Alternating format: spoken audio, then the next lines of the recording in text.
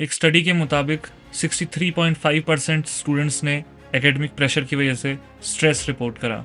कोटा में 2015 से 2023 तक लगभग 130 से ज़्यादा बच्चों ने सुसाइड किया है। मुझे पता चला कि कोटा में बच्चों के साथ किस तरीके से डिस्क्रिमिनेशन होता है। टॉपर्स के नाम और परसेंटेज बड़े बड़े बैनर्स में, बड़े बड़े स्टिकर्स में क्लासरूम के बाहर लगा दिए जाते हैं।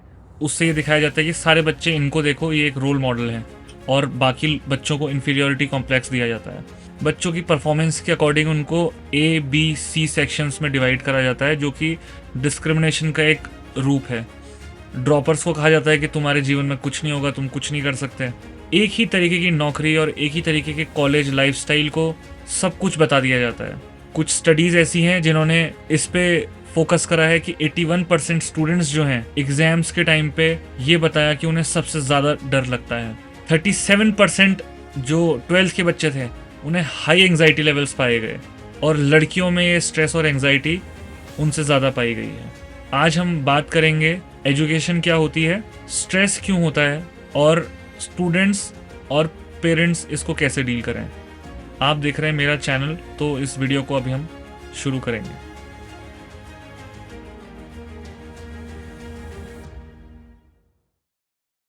दोस्तों, मैं ये वीडियो आज इसलिए बना रहा हूँ क्योंकि ये जो टॉपिक है और ये जो इशू है, ये मेरी लाइफ में बहुत लंबे समय तक रहा भी है, और मैं समझता हूँ कि मेरे जीवन का एक टर्निंग पॉइंट तब रहा जब मैं इन चीज़ों को सही तरीके से अंडरस्टैंड कर पाया, समझ पाया। बहुत समय तक मेरे माइंड में, मेरे मन में भी एजुकेशन को लेके एक डिलेमा हुआ करता था।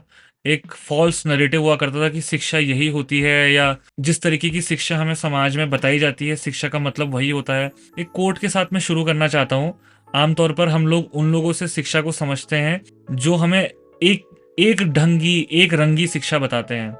ये उस व्यक्ति का कोट है जिन्हें शायद सबसे महान वैज्ञानिकों में से एक माना जाता है, एल्बर्ट आइंस्टाइन। एल्बर्ट आइंस्टाइन ने शिक्षा पे कहा कि शिक्षा वह है जो स्कूल में सीखी गई सभी बातों को भूल जाने के बाद भी बच जाती है। Education is what remains after one has forgotten everything he learns in school. तो एल्बर्ट आइंस्टाइन जैसे व्यक्ति अगर शिक्षा को इस तरीके से व्याख्या कर रहे हैं उसकी, तो हम समझ सकते हैं कि शिक्षा केवल रटने और याद करने से कहीं ज़्यादा है। नेल्सन मंडेला जी ने शिक्षा पे बात रखते हुए कहा कि education is the most powerful weapon which you can use to change the world. आप दुनिया बदलने के लिए जो सबसे मजबूत, सबसे पावरफुल वेपन का इस्तेमाल कर सकते हो, वो एजुकेशन है। तो हम थोड़ा सा इलेबोरेट करेंगे, थोड़ा सा समझेंगे कि एजुकेशन क्या है, आजकल के बच्चों को क्यों इतना स्ट्रेस होता है, क्यों उनको एंग्जाइटी लेवल्स इतने बढ़ रहे हैं, क्यों आजकल के बच्चों को इस तरीके से समस्याओं का सामना करना पड़ता है। हालांकि हर दौर में ये समस्याएं रही हैं। हम बात करेंगे एग्जाम के स्ट्रेस पे, परफॉर्मेंस के प्रेशर पे, कि हमें बच्चों से उम्मीद लगाई जाती है कि आप एक सर्टेन क्राइटेरिया में ही परफॉर्म करो। बच्चों की स्मार्टनेस और बच्चों के सक्सेस को हम एक ही चीज़ से आंकते हैं कि वो एक स्पेसिफिक टेस्ट में कितना अच्छा परफॉर्म करता है, एक मेमोराइजिंग के टेस्ट में कितना अच्छा परफॉर्म करता है। हम करियर की टेंशन पे बात करेंगे कि जिस तरीके से आज इस तरीके का एनवायरनमेंट बनाया जा रहा है, जब बच्चे अपने करियर को लेके इतना टेंस्ड हैं कि वो बहुत गलत रास्तों पे भी निकल जाते हैं और अपने उस टेंशन को हैंडल नहीं कर पाते हैं। पेरेंट्स का क्या रोल होना चाहिए इसमें? तो सबसे पहले हम ये डिस्कस करेंगे कि ये टॉपिक डिस्कस करना ज़रूरी क्यों है। मैं अपने पर्सनल लाइफ से आपको एक एक्सपीरियंस बताना चाहता हूँ कि जैसे कि मेरे छोटे भाई भी हैं जो अभी 10th में, 11th में, 12th में हैं, और आपस में जब मैं छोटे भाई बहनों से मिलता हूँ तो मैं उनसे ज़रूर पूछता हूँ कि आपको बताओ, आप स्कूल में कैसा फील कर रहे हो, आप क्या करना चाहते हो अपनी लाइफ में, और कितना स्ट्रेस हो रहा है बोर्ड्स के एग्ज़ाम का। तो आम तौर पर मुझे जो जवाब मिलता है वो यही मिलता है कि स्ट्रेस तो बहुत हो रहा है, यही है जो है, 12th ही मैटर करता है सब कुछ, और इसके बाद पता नहीं क्या होगा अगर हमारा परफॉर्मेंस अच्छा नहीं रहा। बहुत परेशानी हो रही है, बहुत टेंशन हो रहा है, घबराहट होती है। इस तरीके के से बच्चे इंटरेक्ट करते हैं। तो मुझे लगा कि ये टॉपिक पे बात करना बहुत ज़रूरी है, क्योंकि मैं भी एक ऐसा बच्चा रहा हूँ, एक ऐसा स्लो लर्नर रहा हूँ अपने प्राइमरी, एलिमेंट्री और हाई स्कूल एजुकेशन और इंटर एजुकेशन, इंटरमीडिएट तक, जिसको वहाँ तक सीखने में बहुत समय लगा चीज़ों को। लेकिन मैंने जो सीखा है वो ये सीखा है कि अगर आप कंसिस्टेंटली एक चीज़ को परसू करो और आपका उसमें इंटरेस्ट है, तो आप धीरे धीरे अपनी चीज़ों को सही रास्ते पे पहुंचा सकते हो। तो एक बच्चे के जीवन में, एक बच्चे के एकेडमिक साइकिल में, एकेडमिक लाइफ में क्या-क्या उसको डर रहते हैं, क्या-क्या प्रॉब्लम्स उसकी रहती हैं, एक ब्रीफ ओवरव्यू हम उसका समझ लेते हैं। एक तो सबसे पहले फ़ियर ऑफ फेलिंग, मुझे लगता है कि आप जितने भी बच्चे देख रहे हैं, आप इन चीज़ों से रिलेट कर पाएँगे। एक तो फेल होने का डर, दूसरा डर ये कि आपको फुल मार्क्स नहीं मिलेंगे तो क्या होगा? या आपको एडिक्वेट मार्क्स नहीं मिलेंगे तो क्या होगा? दूसरों के साथ कंपैरिज़न कि उसके ज़्यादा मार्क्स आ गए, अरे मेरे दोस्त के मेरे से ज़्यादा मार्क्स आ गए, या क्लास के टॉपर के तो इतने मार्क्स आते हैं, मेरे इतने मार्क्स नहीं आते हैं। ये नहीं होगा तो आगे मेरा जीवन वेस्ट है, लाइफ मेरी वेस्ट है। इस तरीके की प्रॉब्लम्स, इस तरीके के चैलेंजेस बच्चों के दिमाग में आते हैं, बच्चों की लाइफ में आते हैं। तो इनसे कैसे डील करना है, इस पे थोड़ा बहुत हम डिस्कशन करेंगे। सबसे पहले तो देखिए, एग्ज़ाम को आप समझिए। एग्ज़ाम जो है इम्पॉर्टेंट है, ज़रूरी है, आपको एक लेवल से एक्सीड करने में ज़रूर हेल्प करेगा। आप अगर 10th में हैं तो आप एग्ज़ाम पास करेंगे, आप 11th में जाएँगे, 11th से पास करके 12th में जाएँगे। इतने लाइफ में आपने बहुत सारे एग्ज़ाम्स दिए हैं, आप बहुत सारे एग्ज़ाम्स को पास करके यहाँ तक पहुँचे हैं। तो एग्ज़ाम पास आप करने की आप हैबिट में हैं पहले से। और एग्ज़ाम को आप ऐसे समझिए कि एग्ज़ाम लाइफ का एक पार्ट है, एग्ज़ाम पूरी लाइफ नहीं है। कोई भी एग्ज़ाम आपकी लाइफ को डिफ़ाइन नहीं करता है। एग्ज़ाम आपके जीवन का एक हिस्सा ज़रूर है, लेकिन आपका पूरा जीवन नहीं है। दूसरी चीज़ मैं इस पे आप पे ज़ोर डालना चाहता हूँ कि बहुत बार जैसे ऊपर मैंने आपको चीज़ें बताई कि फेल हो जाएँगे तो क्या होगा? लाइफ में कुछ होगा ही नहीं अगर ऐसा नहीं हुआ। तो ये सारे थॉट्स जो भी आपके पास आते हैं, आप इनको कैसे डील कर सकते हैं? आप ये कर सकते हैं कि आप एक बेसिक लिस्ट बनाइए। आप एक जगह ये लिखिए कि आपके पास क्या-क्या आपके दिमाग में चीज़ें आ रही हैं। अब उनके बीच में आप ये डिफरेंसेस देखिए कि आपके कंट्रोल में क्या-क्या है। क्या आप ये कंट्रोल कर सकते हैं कि आपको फुल मार्क्स नहीं मिलेंगे तो क्या होगा? मुझे नहीं लगता कि आप ये कंट्रोल कर सकते हैं कि उसके बाद क्या होगा। आप दूसरे के मार्क्स कितने आएँगे ये कंट्रोल नहीं कर सकते। तो सबसे बड़ी चीज़ जो है वो आपको ये फिगर आउट करनी है कि आपके कंट्रोल में क्या है, प्रॉब्लम जो आपके कंट्रोल में है उसी को आप सॉल्व कर सकते हैं। जो प्रॉब्लम आपके कंट्रोल में नहीं है वो आपको अननेसेसरी स्ट्रेस देती है और उसके अलावा कुछ नहीं करती। आपके कंट्रोल में ये है कि आप अपना बेस्ट दे सकते हैं। जब आप अपना बेस्ट पढ़ने में देंगे, आप अपना बेस्ट एफर्ट करने में देंगे कि आप कितना डिसिप्लिन अपने अंदर लाते हैं, उस एग्ज़ाम में बैठ के आप कितना इफ़ेक्टिवली अपने पेपर को दे पाते हैं। ये अगर आप इस पे फ़ोकस करेंगे, तो आपके जो एग्ज़ाम हैं, वो डेफ़िनिटली बेटर होंगे। अपने आप को डिसिप्लिन में रखना है।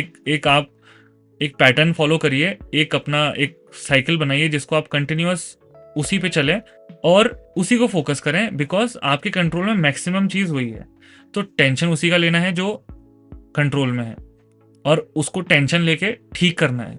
उसको टेंशन लेके खराब नहीं करना है, ऐसा नहीं करना है कि मेरे कंट्रोल में डिसिप्लिन है तो कल देखेंगे।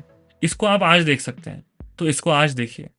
जैसे पहले बच्चों में बहुत ये टेंशन रहता था कि 12th के मार्क्स आ गए एक बार तो अब मैं क्या करूँगा? मार्क्स कम हो गए, मैं क्या करूँगी? अब तो मैं कुछ मेरे तो नंबर फिक्स हो गए।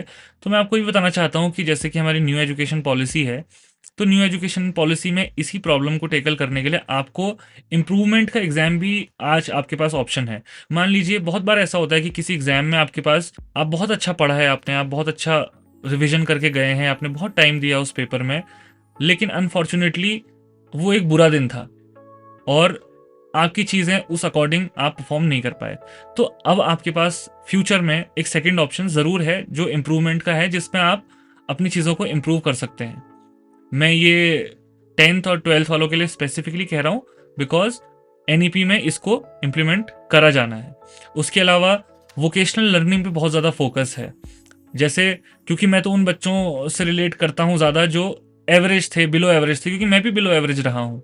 उन्हीं बच्चों में से रहा हूँ जो बैक बेंचर हुआ करते थे। आज ये जानना बहुत ज़रूरी है कि हमारी जो एजुकेशन पॉलिसी है, फ्यूचर ऑफ एजुकेशन कैसा है, वो वोकेशनल लर्निंग की तरफ को है।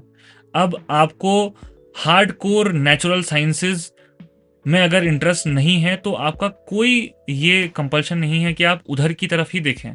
आप व्यावसायिक शिक्षा की तरफ देख सकते हैं, web designing, fashion designing, search engine optimisation, digital marketing, cinematography, multimedia, computer, editing, programming, food technology, ये सारी चीज़ें जो हैं इनसे रिलेटेड कोर्सेज़ आज आपके पास मौजूद हैं और आप वो परस्यू करिए जिसमें आपका इंटरेस्ट है। सबसे ज़रूरी आपके लिए ये है।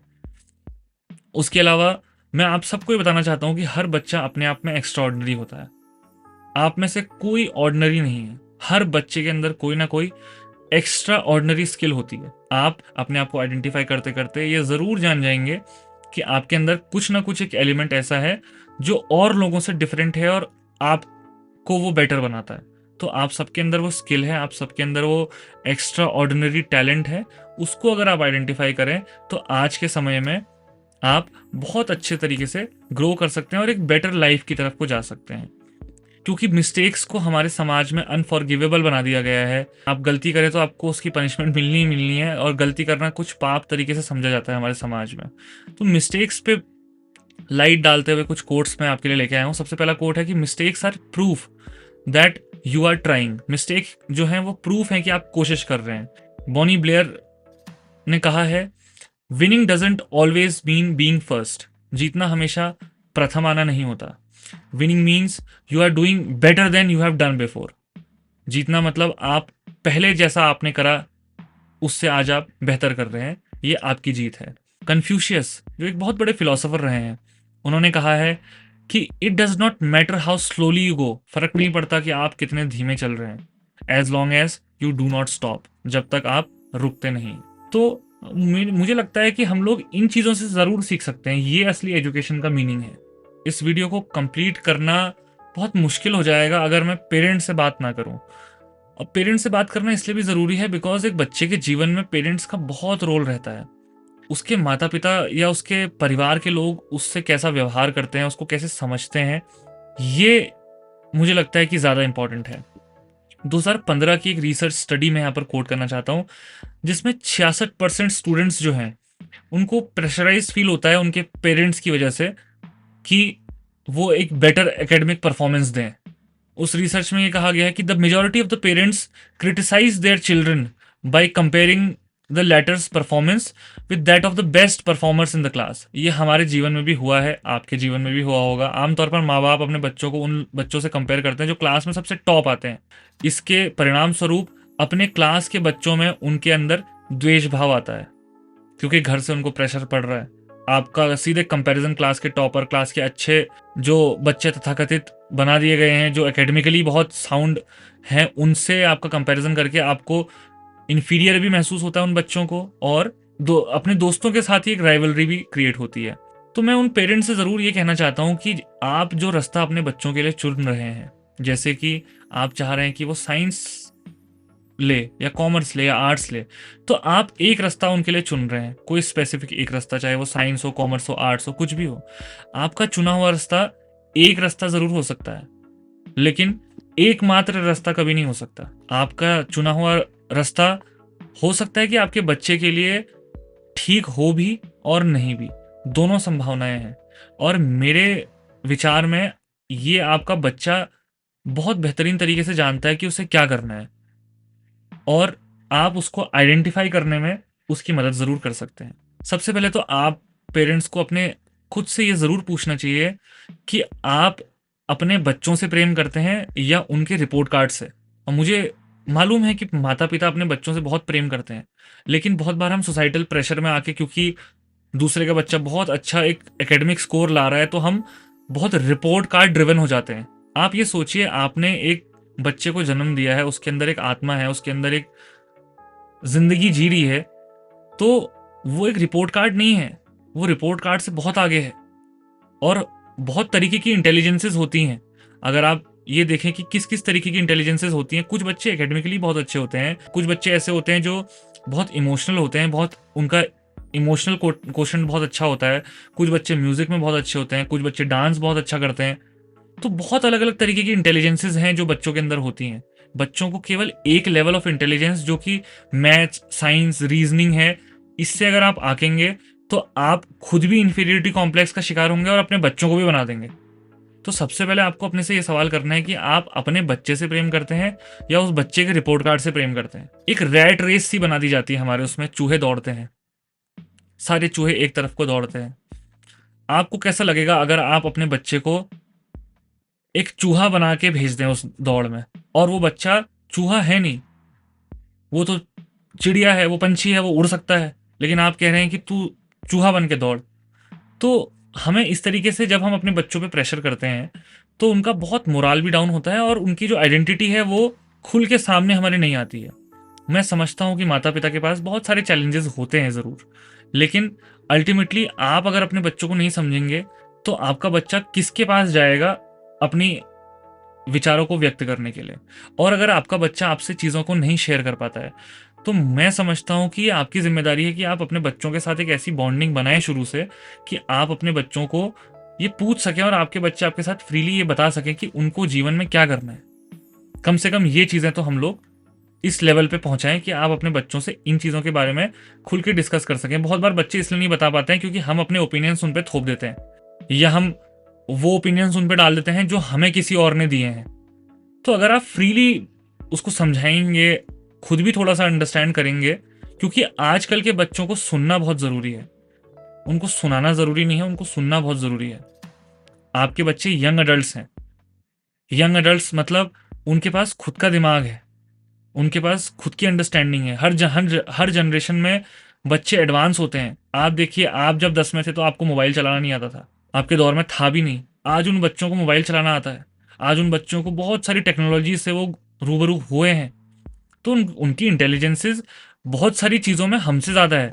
आपके पास अनुभव ज़्यादा है, उनके पास स्पेसिफिक चीज़ों में इंटेलिजेंस ज़्यादा है।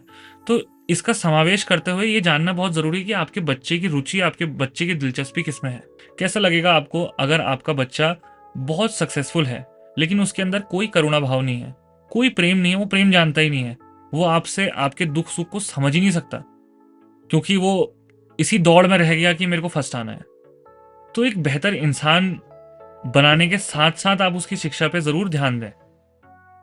उसके अलावा सबसे इम्पोर्टेंट बात ये है कि आप अपने बच्चों को अप्रिशिएट ज़रूर करिए। आपके बच्चे एक्स्ट्राऑर्डिनरी हैं, हर बच्चा एक्स्ट्राऑर्डिनरी है। उसको अप्रिशिएट करना बहुत ज़रूरी है, उसको समझना बहुत ज़रूरी है। तो ये सारी चीज़ें एक लमसम आइडियाज़ हैं जो मैं अपने अनुभव से भी कह रहा हूँ, और ये जो पेरेंट्स वाला है, हालाँकि ये मेरा एक्सपीरियंस यहाँ से आता है क्योंकि हम मेरे जीवन में जितनी भी चीज़ें मैंने आपको ऊपर बोली, वो सारी चीज़ें मुझे अपनी माँ से ज़रूर मिली हैं।